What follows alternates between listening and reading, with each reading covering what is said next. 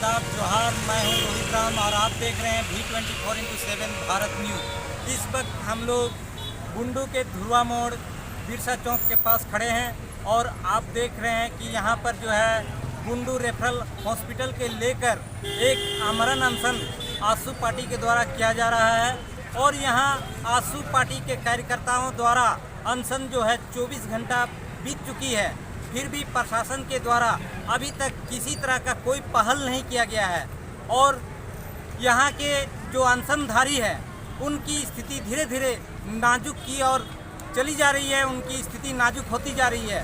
तो हम लोग आते हैं और यहाँ के जो अनशनधारी है उनसे हम लोग बात करते हैं। तो आइए बने रहें हमारे V24x7 भारत न्यूज़ के साथ। अध्यक्ष हैं राजकिशोर जी, सुनील जी, सब लोग हैं, बाकी सभी यंग लोग हैं यहाँ पे। उन लोगों की चिकित्सा व्यवस्था अस्पताल को लेके कुछ डिमांड है इन्होंने कि जिसमें कि यहाँ एक ब्लड बैंक होना चाहिए। ये NH का एरिया है, यहाँ पे आए दिन यहाँ पे एक्सीडेंट्स होते रहता है।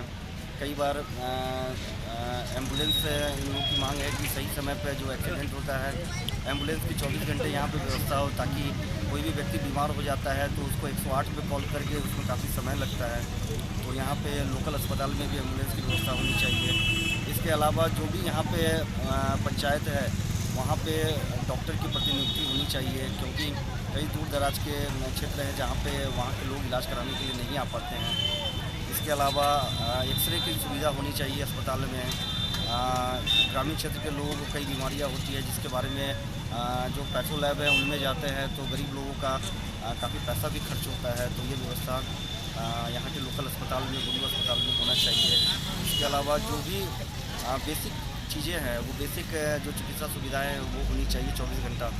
और डॉक्टर बुंडू अस्पताल में और लोकल सभी जगहों पर 24 घंटे डॉक्टर उपस्थित हो, क्योंकि इन लोगों का मांग है कि डॉक्टर उपस्थित नहीं रहते हैं, वो रोटेशन के आधार पर काम करते हैं और शाम के बाद यहाँ पे लोकल जो डॉक्टर है, प्राइवेट डॉक्टर है, वो सब लोग रांची से बिलोंग करते हैं, वो रांची चले जाते हैं।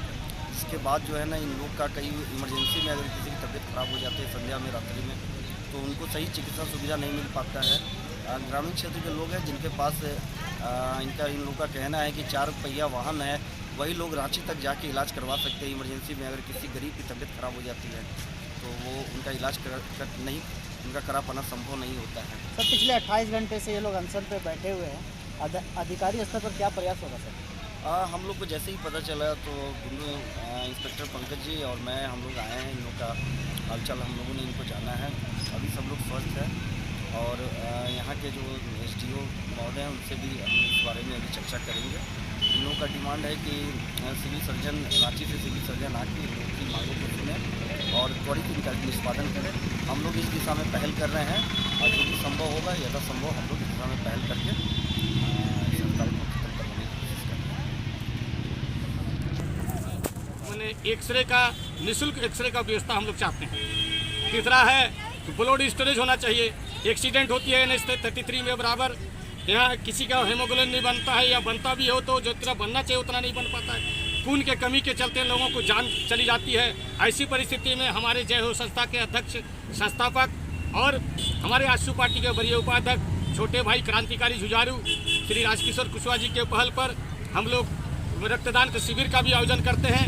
रक्तदान शिविर में पूरे क्षेत्र की जनताओं की स्नेह, प्यार और सहयोग की देन है कि 80 से 100 यूनिट तक हम लोग बराबर जो है जब भी शिविर लगाते हैं तो 80 से 100 यूनिट खून डोनेट होता है।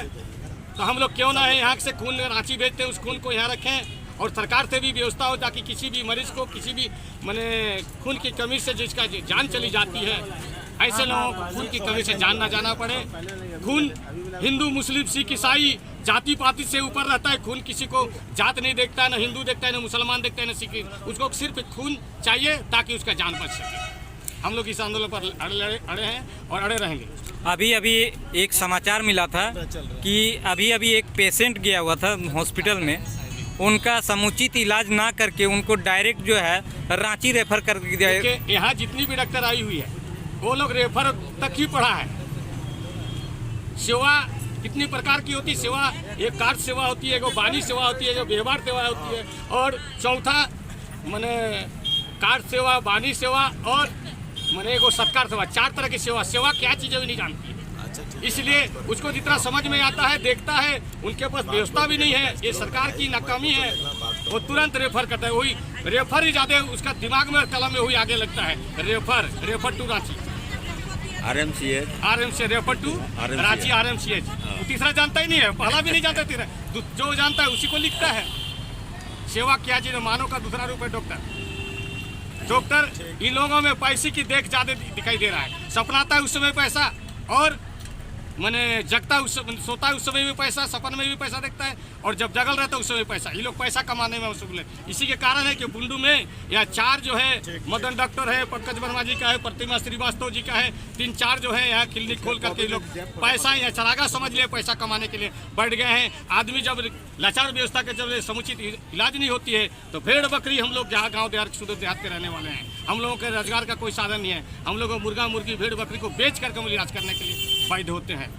ये इनकी कमी है। ये लोग बहुत ज़्यादा पैसा कमाने के चक्कर में है। ज़्यादा पैसा का भगवान हो सकता है, ये लोग को भगवान बोला होगा, लूटो खसोट जितना करना है कर लो, आते समय 2-4 लाख रुपया ऊपर आओगे तो हमको भी लेते ला दोगे, ऐसा वो बोले होंगे सर। अच्छा गोवर्धन जी, एक चीज़ और बताइए कि बुंडू में सबसे बड़ी चीज़ है कि दवा दुकान भी रात्रि 9 बजे के बाद बंद हो जाती है, तो इस पर कुछ बोलना चाहेंगे? देखिए बात ऐसी है कि रात्रि यहाँ क्लिनिक जो है सुबह से लेकर के 9 बजे जब खुली जाती है तो सुबह से लेकर के शाम तक डॉक्टर जितना अपना बचाते हैं और अपना स्वाद की रोटी सेक करके वो लोग चले जाते हैं। ये लोग डॉक्टर लोग अपना फीस भी तय नहीं किए हैं कि इतना कितना फीस है। हर डॉक्टर रांची में चले जाइए 1500 का फिक्स तय है, ये लोग का फिक्स तय नहीं है। यहाँ मैंने अल्ट्रासाउंड, ECG, एक्सरे इसका भी तय नहीं है। पैथोलॉजी, खून पेशाब जांच, पैखाना जांच, खकार जांच इसका भी तय नहीं है। ये लोग इलाज करते हैं, आला लगाते हैं, दवा लिख देते हैं और उस भी अपना सीमा बांध दिया कि ये दवा जो है ये बगल में दवा दुकान रखे हैं, हम लिखेंगे तो उसी दवा दुकान में लेना है। उसका भी परसेंटेज बंधा हुआ है जहाँ तक हम लोग का मैंने समझ में है। तो बाकी दवा जहाँ जिस दुकान में जो है मरीज दिखाना बंद कर हो जाता है, समय सीमा खत्म हो जाता है, तो जब दवा दुकान ग्राहक ना आए तो फिर दुकान खोल के क्या करेगा? सरकार की दुकान 24 घंटा होगा। तो रेफरल अस्पताल अनुमंडल स्थल के बगल में जो दवा दुकान है वो 24 घंटा खुली रहेगी। लेकिन वहाँ हॉस्पिटल का नारकीय स्थिति है, वहाँ कुत्ता बिल्ली बकरी भेड़ बकरी वहाँ जाकर बैठ जाता है। वहाँ का स्थिति ऐसा है कि वहाँ जाने लायक नहीं है। अच्छा ये बताइए कि जन औषधि केंद्र बुंडू में खुलना चाहिए अथवा नहीं खुलना? एकदम खुलना चाहिए, ताकि मैंने दवा दुकान लोग प्रिंट के आधार पर मैंने दवा का दाम लेते हैं, जबकि मैंने 40% मैंने 40-45% सब्सिडी दिया जाता है दवा में, लेकिन उसको नहीं प्रिंट दिखा करके दवा का दाम लेते हैं। अगर जेनरिक दवा अगर व्यवस्था हो तो गरीबों के लिए समुचित व्यवस्था, गरीब गुरुआ के बेटे, गरीब परिवार के लोग भी दवा खरीद सकते हैं। ये सबसे बड़ी चीज़ होगी। अगर यहाँ जेनरिक दवा का व्यवस्था होगी, दवा का दुकान खुलेगी, तो ये सरकार की सोचनी चाहिए। छूट के गठरी पर ये जो सरकार बनी है, हम लोग तो विश्वास नहीं था, लेकिन ऐसी भाषण बोल करके, ऐसे बयान दे करके ये सरकार बनी है कि जनता देख रही है। आने वाला समय जनता उनको जवाब देने के लिए तैयार है, इंतजार कर रही है, समय का इंतजार। इस अनशन जो है 24 घंटा बीत जाने के बाद भी अभी तक प्रशासन के द्वारा किसी तरह का कोई कार्रवाई नहीं की गई है, तो आप लोग इससे आगे और क्या करना चाहते हैं? बात जहाँ तक है कि हम लोग जनहित को लेकर के अनशन पर बैठे हैं और सरकार के द्वारा क्या पहल नहीं कर रहा है वो उसकी कमी है। हम लोगों की जब तक मांग पूरी नहीं होगी हम लोग अडिग हैं और बैठे रहेंगे अनशन में। चाहिए तो 24 घंटा हुआ है, 24 दिन भी बैठना क्यों नहीं पड़े। यहाँ अनशन करते करते अगर जान की बलि भी देना पड़े तो हम जान देने के लिए तैयार हैं। एक बात बताइए कि इससे पहले भी हॉस्पिटल के मामले पर आप ही लोग के द्वारा जो है आमरण अनशन किया गया था, उस वक्त जो है आप लोग को आश्वासन मिला। इस बार भी आश्वासन का ई में है या कुछ और आगे भी करने का विचार है? देखिए बात ऐसी है, कोई उच्च पदाधिकारी विभागीय कोई उच्च पदाधिकारी आकर के वार्तालाप करके समझौता करते हैं, वो शासन देते तो विश्वास पर ही कोई अनशन या कार्यक्रम को तोड़ा जाता है। हम लोग विश्वास पर थे और हमारे साथ विश्वासघात किया गया है। अब हम लोग ऐसा होने नहीं देंगे। हम लोग अपनी मांगों पर 4 सूत्री मांगों में रखे हैं और चारों सूत्री मांग, यहाँ 12 यूनिट डॉक्टर हैं, 12 में 4 ही डॉक्टर उपस्थित रहते हैं, बाकी 8 डॉक्टर नगर के बारे में कुछ बताएंगे आप? अनशन में हम लोग बैठे हैं क्योंकि हम लोग को नगर पंचायत में जो हॉस्पिटल है वो बहुत बेकार और बहुत खराब हो चुका है, जिसे कोई ध्यान नहीं दे रहा है। हमारे पे यहाँ एक तो भैया राज के भैया थे, एक तो पंडित जी, उनका भी देहांत हो गया। अगर सामने में हॉस्पिटल रहता तो उनका सड़क में ही देहांत नहीं हो जाता। जैसे कुमार टोली में 3 बच्चा का देहांत हो गया, वो भी हॉस्पिटल के सामने में ठीक रहता तो अभी ऐसा कुछ नहीं होता। प्रेग्नेंट औरत लोग को ले जाने में बहुत दिक्कत होता है। अभी 108 कब आएगा तब ले जाकर उन लोग को बासीदा ले जाएंगे। उस परिस्थिति में अगर रोड में कुछ हो जाएगा तो इसका जिम्मेदारी कौन लेगा? कोई तो लेना चाहिए ना। जैसे अभी हम लोग को भैया लोग अनशन में बैठे हुए हैं, 24 घंटा से ज़्यादा हो गया, कुछ खाए पिए नहीं। इस सबको सरकार क्या कर रहा है? अभी तक सरकार कान में जू तक नहीं रेंगा है या सरकार का नींदें नहीं खुल रहा है। हम लोग कोई गलत मांग नहीं कर रहे हैं। हम लोग का जो नगर पंचायत में हॉस्पिटल बस उसी को हम लोग मरम्मत के लिए हम लोग कार्रवाई करने के लिए वो लोग बोल रहे, बाकी हम लोग तो इससे कोई मांग नहीं किए हैं। अनशन के बारे में कुछ बताएंगे आप? जी, अनशन में हम लोग बैठे हैं क्योंकि हम लोग का नगर पंचायत में जो हॉस्पिटल है वो बहुत बेकार और बहुत खराब हो चुका है, जिसे कोई ध्यान नहीं दे रहा है। हमारे पे यहाँ एक तो भैया राज के भैया थे, एक तो पंडित जी, उनका भी देहांत हो गया। अगर सामने में हॉस्पिटल रहता तो उनका सड़क में ही देहांत नहीं हो जाता। जैसे कुमार टोली में 3 बच्चा का देहांत हो गया, वो भी हॉस्पिटल के सामने में ठीक रहता तो अभी ऐसा कुछ नहीं होता। प्रेग्नेंट औरत लोग को ले जाने में बहुत दिक्कत होता है। अभी 108 कब आएगा तब ले जाकर उन लोग को बासीदा ले जाएंगे। उस परिस्थिति में अगर रोड में कुछ हो जाएगा तो इसका जिम्मेदारी कौन लेगा? कोई तो लेना चाहिए ना। जैसे अभी हम लोग को भैया लोग अनशन में बैठे हुए हैं, 24 घंटा से ज़्यादा हो गया, कुछ खाए पिए नहीं। इस सबको सरकार क्या कर रहा है? अभी तक सरकार कान में जू तक नहीं रेंगा है या सरकार का नींदें नहीं खुल रहा है। हम लोग कोई गलत मांग नहीं कर रहे हैं। हम लोग का जो नगर पंचायत में हॉस्पिटल बस उसी को हम लोग मरम्मत के लिए हम लोग कार्रवाई करने के लिए वो लोग बोल रहे, बाकी हम लोग तो इससे कोई मांग नहीं किए हैं। नगर उपाध्यक्ष जी कि ये आंदोलन आमरण अनशन जो है कल से लागू हुआ है, तो इसमें प्रशासनिक पहल अब तक हुआ अथवा नहीं हुआ? अभी तक तो कोई प्रशासनिक पहल नहीं हुआ है हमारे नज़र से। आगे देखा जाए क्या होता है, क्योंकि जनता के हित के लिए आजसू पार्टी के बैनर तले ये आमरण अनशन रखा गया है। इसका मुख्य भूमिका राजकिशोर कुशवाहा जी कर रहे हैं, बट हमारे पार्टी के जितने भी लोग हैं उनके साथ में हम लोग हैं और बुंडू की जनता के लिए हम लोग लड़ रहे हैं।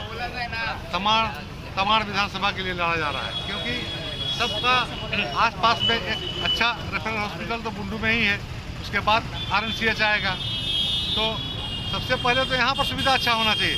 ये नहीं कि यहाँ का पेशेंट जाएगा ठीक होने के लिए तो यहीं से अगर डेड होके जाएगा तो हमारा बचेगा क्या? यहाँ पर तो इतना व्यवस्था होना चाहिए कि भी कोई मान लीजिए इमरजेंसी में ऐसा कोई मरीज आया है जो इसके लिए थोड़ा सा ट्रीटमेंट करके इसको रांची तक पहुँचाया जाए, ऐसा सुविधा तो मिलना चाहिए ना जनता को। अच्छा, ये बताइए नगर उपाध्यक्ष जी, ये भी सुनने में आया कि CO जो है यहाँ पर अनशन तोड़ने के लिए कुछ बात बोल के गए थे, तो उसके बारे में आप कुछ बोलना चाहेंगे? बात बोल के जाने से कोई फायदा नहीं है। उसको भी इसके पर तत्काल इस व्यवस्था को सुधारने का उसको लिखित देना पड़ेगा कि हाँ, इस हॉस्पिटल को कल से 24 घंटा के लिए खुला रहेगा। यहाँ पर डॉक्टर 24 आवर्स बैठेंगे। नहीं, वो तो बोल रहे थे CO साहब कि आप लोग यहाँ से चले जाइए, रात में जो है आप लोग बीमार हो जाइएगा, तो इस बारे में कुछ बोलिएगा। क्या बोलेंगे? आमरण अनशन में बैठे हैं, अब जान जाए चाहे कुछ भी हो। इसको तो जब हमारा एजेंडा में हम लोग आमरण अनशन में बैठे हैं, तो जब तक हम लोग को कोई लिखित आश्वासन नहीं मिलेगा तो हम लोग कैसे उठेंगे? नहीं तो फिर तो नाटक कर रहे हैं बोलेगा पब्लिक। बताइए राजकिशोर जी की जो है ये 24 घंटा से ज़्यादा वक्त बीत गया है, फिर भी आपका यहाँ पर किसी पदाधिकारी के द्वारा आना जाना हुआ या नहीं हुआ? सरकारी डॉक्टर जांच करके गए हैं, ब्लड प्रेशर बढ़ा हुआ था तो दवा हुआ लेने के लिए बोल रहे थे, लेकिन हम लोग बोले अनशन किए हैं तो नहीं लेंगे दवा, तो बोले कि दोबारा आप फिर आएंगे और अभी तक तो आए नहीं। और प्रशासनिक कोई पहल अभी तक हुआ नहीं, और हम लोग जब तक कुछ ठोस आश्वासन या ठोस कार्रवाई नहीं होता है हम लोग मांगों पर, तब तक हम लोग उठने वाले नहीं। ऐसा भी सुनने में आया है कि कल रात को आपके यहाँ बुंडू CO भी आए हुए थे, उनका क्या वक्तव्य था? वो आए थे, बोल रहे थे उठ के जाइए, रात में ठंडा लगेगा, तबीयत खराब होगा। तो हम बोले कि नहीं यार, अगर यहाँ से उठ के जाएंगे तो हम लोगों का अनशन खत्म हो जाएगा, तो फिर उठ के क्यों आंदोलन छूट जाएगा, तो क्यों उठ के जाएंगे। बोले कि मेरे बस की बात नहीं है, तब बोले कि आपके बस की बात नहीं, तो जिसके बस की बात है वहाँ तक पहुँचा दीजिए। अच्छा, ये बताइए कि आपके अनशन में प्रशासन के द्वारा कोई सुरक्षा गार्ड आपके धरना स्थल पर दिया गया है अथवा नहीं दिया गया है? ऐसा तो कोई व्यवस्था नहीं किया गया। ऐसा कोई व्यवस्था नहीं दिया गया है।